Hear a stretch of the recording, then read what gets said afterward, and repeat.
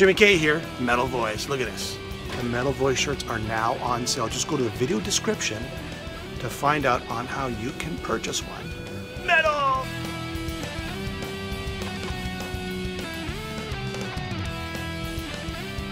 Welcome to the Metal Voice. Today on the show, the one and only Mr. David Feinstein from the Rods.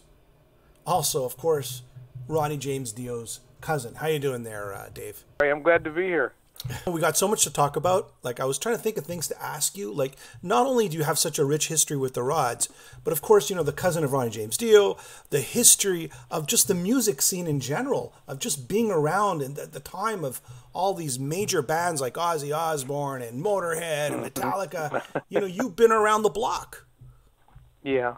You know, we were fortunate, to be living in that era and during that time. You know, I mean, even back, when you go back a little bit, I mean, we were quite a bit younger, but, you know, the time of Jimi Hendrix and the whole, 60s era of music, you know, with Hendrix and The Who and Led Zeppelin, that whole thing took apart, you know. So those were like the major influences of, for Ronnie and I and the band back in those days. So, yeah, it was a great time. Let's talk about this hologram. I know you played recently with the hologram.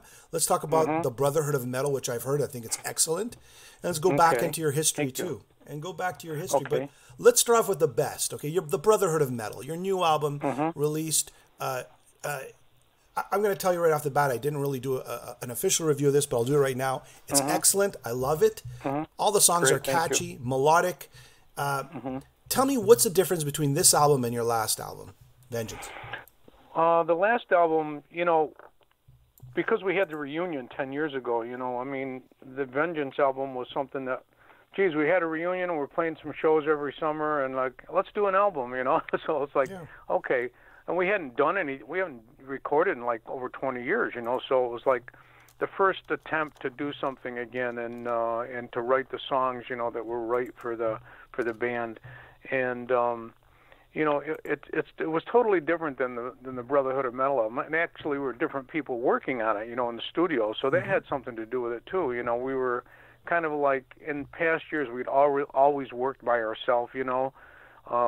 That always wasn't a good thing because we should have had some professional people involved. But back in the days and in the 80s when we did all those albums, we had to work within a budget. We still have to work within a budget. And the thing is, we always produced our own albums, because the label never came up with enough money to give us a really good producer, to give us a great sound.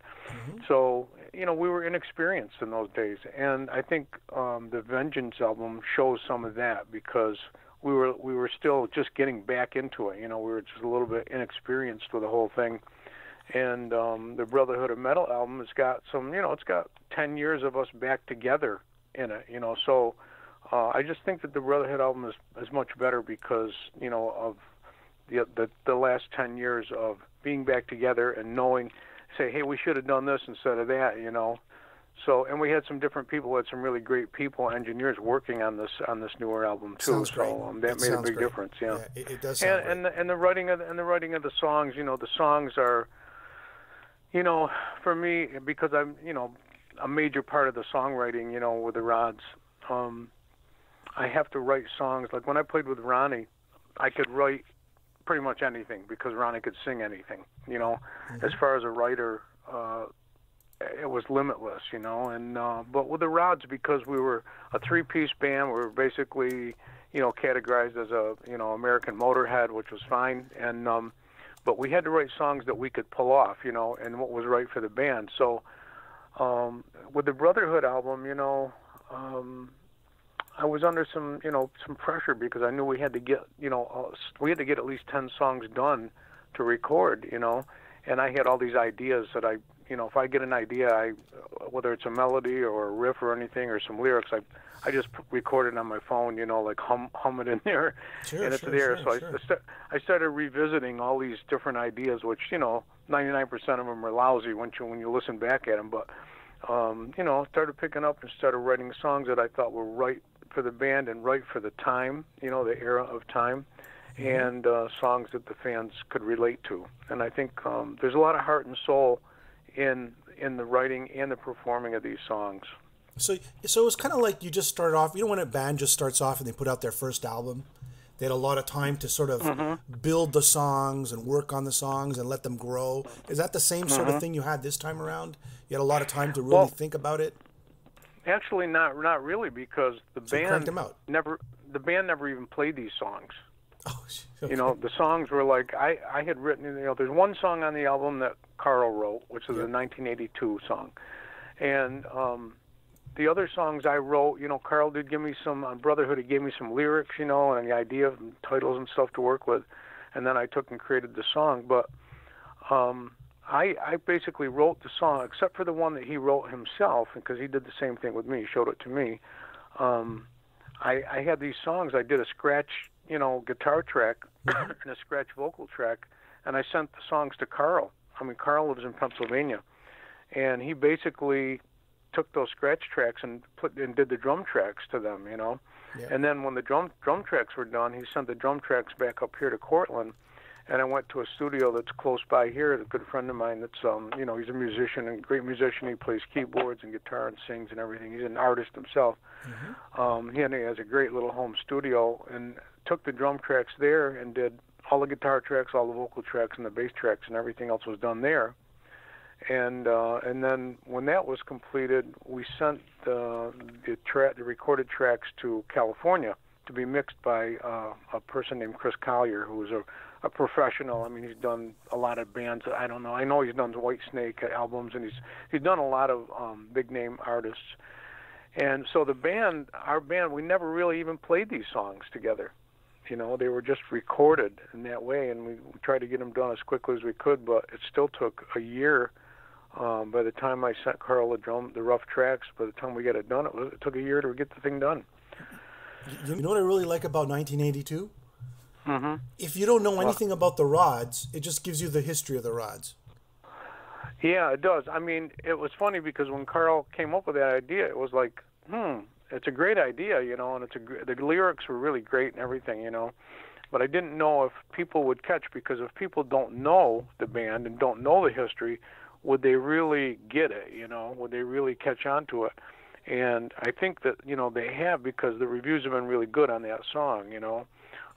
So, and really, if they don't get it, then it's just a matter of like asking the question, you know, so it can be explained. Why send a bio sheet when you could just send the song for people to listen? There you go. Yeah, it's true. It's true. That's what I enjoyed about it, and I loved all the songs, or I would call them metal anthems. Louder Than Loud.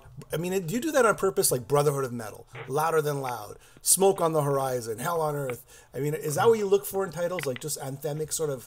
Yeah, I do, because, you know, I basically try to do songs that I know we can perform well live. I gotcha. And you know, those are the type of songs that, you know, when you have a crowd of headbangers in front of you, you know, those are the type of songs that they want to really, they'll react to, you know what I mean? Songs that they can sing along with that chorus, and it's got a good beat and everything like that. And so, yeah, basically that's what I aim for. I aim for what I think the crowd is going to like, you know, and the fans. All right, cool. So I'm going to tell everybody out there that this is a fantastic album. I loved it, and the more times I listen to it, the more I like it. I just think it's also got a nice little Deep Purple vibe. You got a little of the organ, like Smoke on the Horizon. I don't know if that's a sort of nod to Deep Purple or anything like that. Yeah.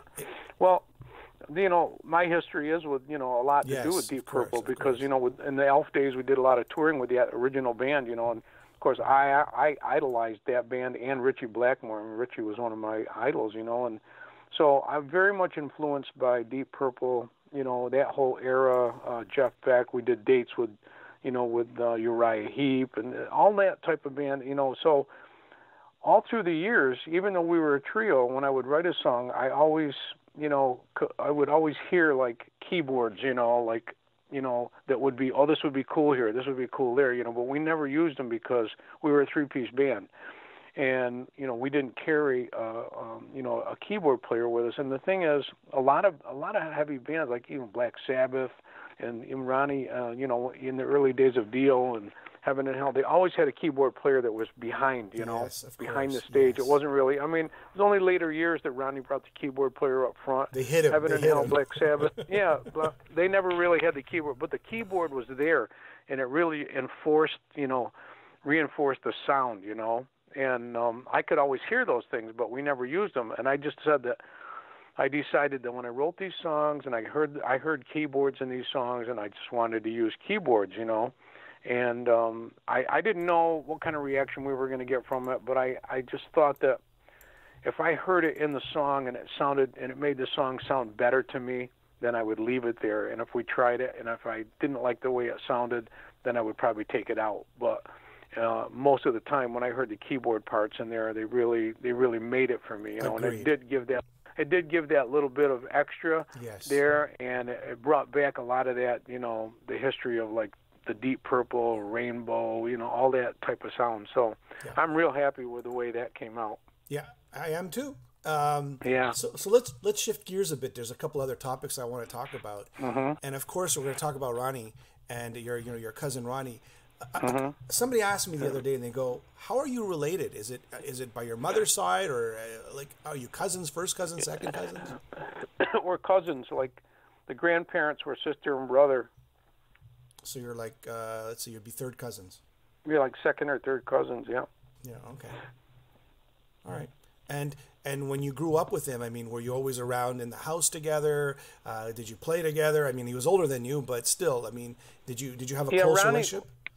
You know, and we had a close relationship. You know, I mean, Ronnie was like 5 years older than me, so you know, he hung around with a different crowd of people. Obviously, you know, his classmates. But you know, Ronnie played trumpet when he was younger, and you know, I wanted to, when I turned 7 years old, I wanted to play trumpet, so I took trumpet lessons. You know, so we both played trumpet. You know, Ronnie, you know, started a band, and you know, of course, I wanted to start a band. You know, and it's like kind of followed.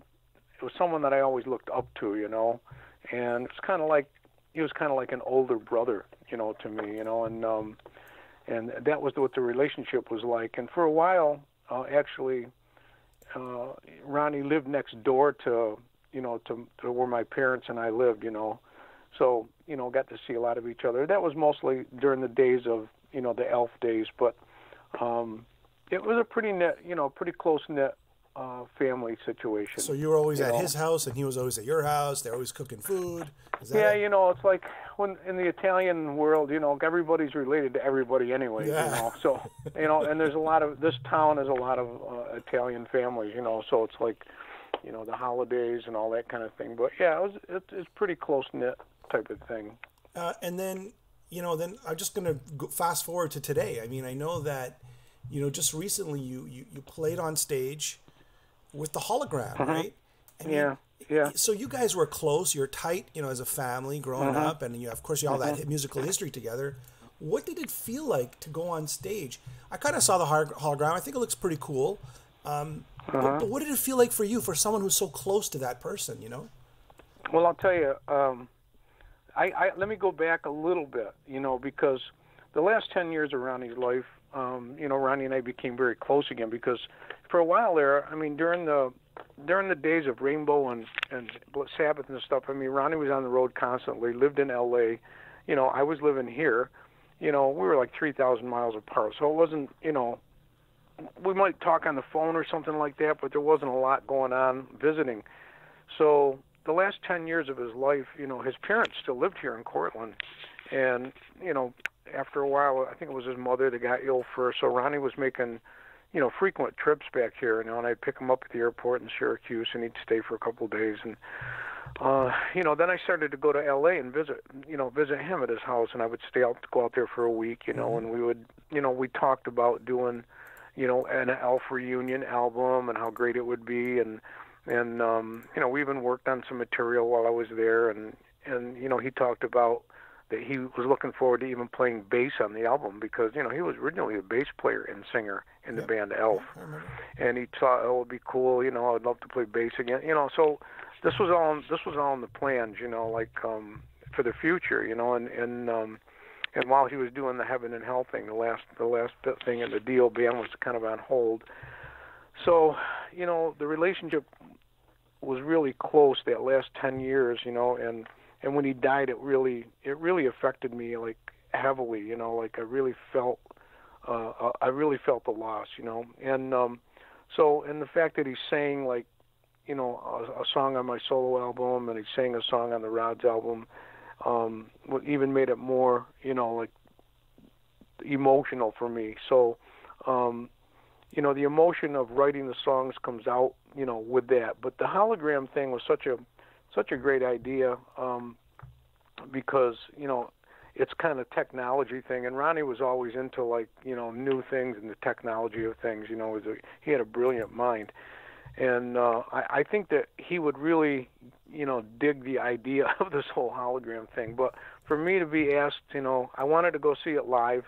I had seen it, and I knew what was going on, and I knew about the whole thing, but I wanted to go see it live, and I knew they were doing a show in in Long Island and New Jersey, and I thought, I'd like to go down there and see it, but, I kind of dreaded I thought of driving down there, to be honest with you. Yeah. And so I got a message from Wendy, and she said, are you guys coming down for the, they're going to be in, the tour's going to be in, New York, I'm coming in for the show, and if you come down, the band would like you to sit in and play a song with the hologram, because, you're part of the family and all that. And I thought, okay, I definitely got to go now, because I was just psyched about doing that. So we went down, stayed in Manhattan, and, Wendy and when we all went to the gigs, from Manhattan, the first one in New Jersey, then to Long Island. And it was awesome, like to get up on stage and to actually, I could get up front enough on the stage, because when you're next to the hologram, you can't see it. But if you can get far enough forward and you can look back, you can actually see the image, So, it was an awesome experience, and those guys, I know those guys really well, all the guys in the band, and they treat me like, they treat me like a god, and Craig being the, a guitar player that like is a phenomenal guitar player. I mean, he's just like in a class of his own as far as I'm concerned, and, for him to be as nice as he is to me. And I told him, I said, Craig, I'm sorry for I thank you like a million times over for, having me sit in. I said, I know what it's like when somebody says, hey, can somebody sit in with the band, because I've been on the other side of it, and it's always like, oh, geez, what are we going to do? What's it going to, And he goes, no, he said, I want things to be right for you. You're part of the family, and, you're part of this whole thing, and I want you to, I want you to be comfortable and the whole thing. And it was great. I had the best time, I'd be happy playing, sitting in on every one of the dates. Oh, no, don't Craig that. And it's like, it was just such a good time, and the crowds, I'll tell you, the crowds loved it. Now, the New Jersey show was, it wasn't a full house, but it was a good show. But the Huntington show was like, pretty much a full house, and the crowd went nuts. And it was like, it was a great thing. I just have nothing bad to say about the whole thing. Did you ever get emotional? Like you see Ronnie there, he's not here with us anymore, and it touches you in an emotional way, a sad way maybe? Oh, definitely, yeah. I mean, that happens to me if I'm in my car listening to a song he's singing, I get emotional because it brings back so much, But to see him on stage, right? But to see him on stage like that, it must be emotional. Yeah, and to hear his voice coming through the PA, super loud, I mean, you get really emotional, and but I think that's what a part of like anybody that goes to see this show. If you're a Dio fan, and I know there's a lot of naysayers, that say, oh, let the dead be dead, and this kind of thing, If you're a Dio fan, go see the show. That's all I can say. If you're against it, don't go see it, But if you're a Dio fan, one of the guys that did like a review, I don't know who it was. I saw it on Facebook or something. He said, he went to it and he was a Dio fan. He's a Dio fan, and he said, the hologram was okay. It was great. He said, but the highlight of the show was hearing Ronnie's voice coming through that big PA, in a big room. That was a highlight for him. So those songs, are timeless. The songs are always going to be great. You're always going to want to hear them, and you're always going to want to hear them. Nobody's going to sing them like Ronnie sing them. Nobody. And to hear him and to be able to see the hologram, it's just a great thing. It's a really good show. I think what people forget is not only you seeing the hologram, but you're seeing the musicians, live musicians play the music. Yeah. And that's the difference between a movie and just, people aren't just going to see a hologram. They're seeing an experience. Yeah. It's like a Dio experience. That's how I look at it. It is. Right? Yeah, that's a great thing. I live in Canada, so they haven't come around here yet. So I asked Wendy, when are they coming to Canada? She goes, eventually. Eventually, Yeah. I think this tour is this is their first tour. They're probably gonna see, what kind of response and how people take it. But I think it's something that is gonna build. It's gonna take people actually to go and see it, to say, hey, that was a great show. Yeah. And it'll build. So maybe if they're not filling the houses, like this tour, then if it's well received, then maybe the next tour they will fill the houses. Even bands don't fill up all the houses, right? Even bands. No, I know it. I know it. It's a normal thing. I know it. Yeah. So, but yeah, they had great crowds. Like I said, the New Jersey crowd was, wasn't full, but it was a lot of people, and the Huntington crowd looked to me like that whole venue was like full. So. Yeah, right. It was really good. So now let's go back in time. All right. So okay, you and Ronnie are growing up in Cortland, and the families are close by, and Ronnie's playing in multiple bands. Say farewell to the future. Get ready for the ride. We're going down.